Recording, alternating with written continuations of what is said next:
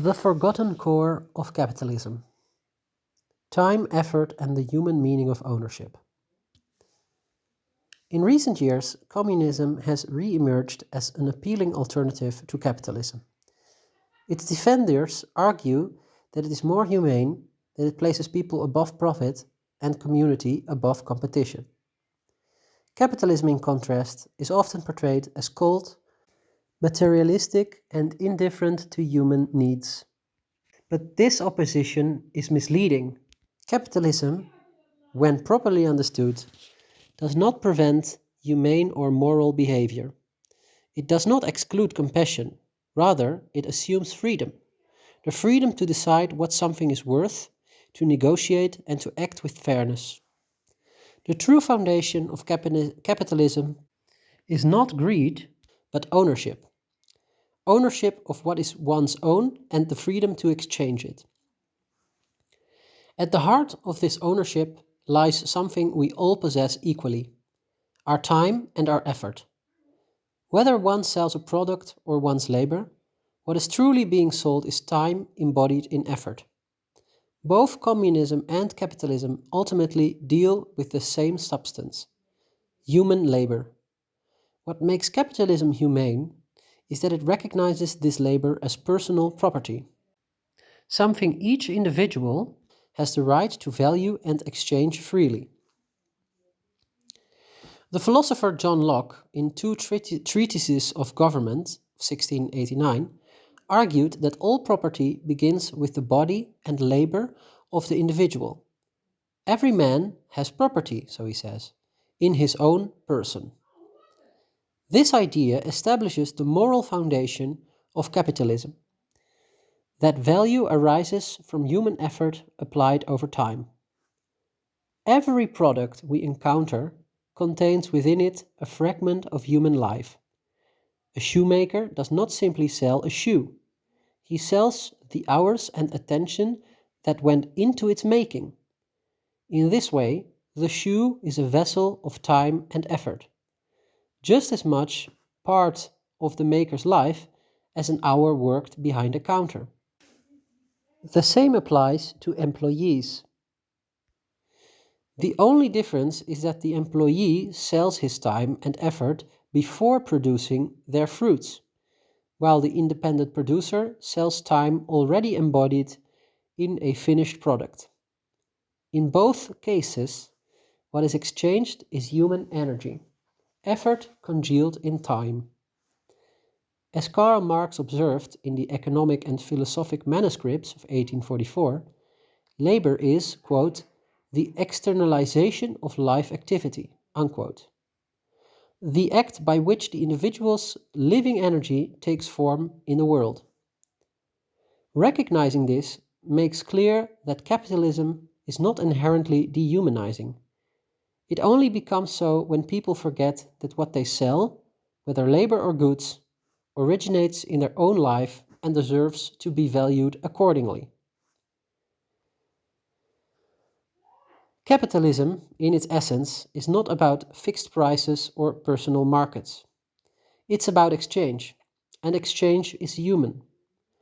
It involves judgment, negotiation, and empathy. A shopkeeper who lowers a price for someone in need or raises it for a wealthier client is not breaking any capitalist rule. He is exercising his right as an owner to decide what is fair. This principle was already understood by Adam Smith, who, in the Theory of Moral Sentiments of 1759, argued that markets rely not just on self-interest, but on moral sympathy, the ability to consider another's situation. Commerce, for Smith, was not separate from ethics. It was an expression of mutual recognition. Every person, regardless of wealth, owns something that cannot be alienated: their time and effort. These are the truest forms of property, and they contain both economic and personal value. Consider the example of a piano. Suppose you own one, perhaps old, scratched, or slightly broken. On the market, it might be worth €50. but to you it carries memories. The music you played, the moments it accompanied, and the meanings it holds. Its value, therefore, exceeds its market price. When you sell it, you're not merely transferring an object, you're also parting with the emotional energy invested in it. Your time and effort work the same way. When you sell your labor, you are selling something personal, the living hours of your existence. The market may try to determine its price based on efficiency or demand, but that price can never fully capture its personal worth. To sell your time is to exchange something irreplaceable. Therefore, you have the moral right to decide what compensation feels fair. As the anthropologist David Graeber noted in Bullshit Jobs of 2018, work loses meaning when people forget that their time is sacred, that it belongs to them first. When they remember this, they regain power. The ability to treat their labor not as a commodity, but as something valuable in itself. To sell one's time and effort is not a neutral act. It carries moral weight. The philosopher Simone Weil, in The Need for Roots of 1949, wrote that meaningful work connects individuals to their humanity and to others. When labor serves no higher purpose or is sold too cheaply to those who exploit it, it injures the soul. Thus, demanding a fair price for one's labor is not greed, but self-respect. It is the recognition that your time, the substance of your being, cannot be bought lightly.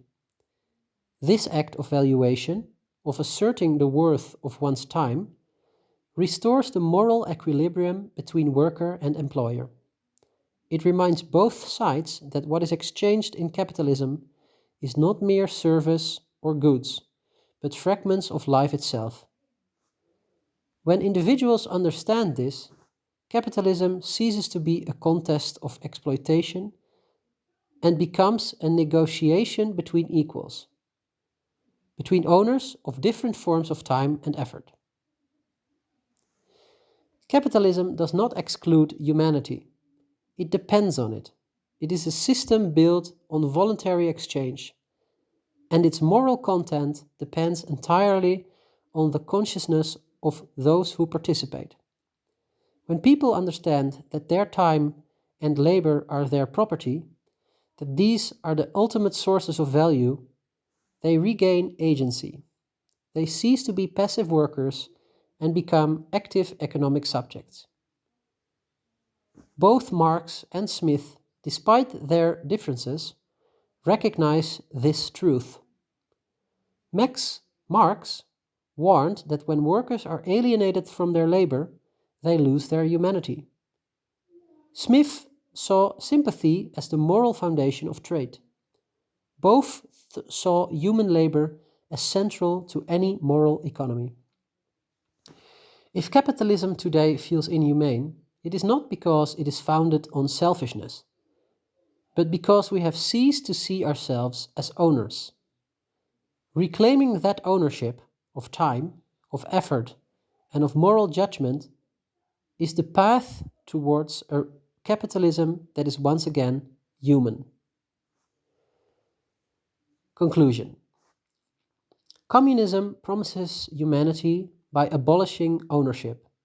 Capitalism achieves humanity by personalizing it. The moral strength of capitalism lies in the fact that ownership begins not with property, but with the self, with the time and effort that each person controls. Every exchange, whether of goods or labor, is an exchange of time, and therefore an exchange of life. To recognize this is to restore dignity to work and morality to trade. Capitalism does not forbid socialness or compassion. It contains them, waiting to be awakened by individual consciousness. The most humane economy is not the one that erases ownership, but the one that reminds every person of what they already own: their time, their effort, and their right to value both.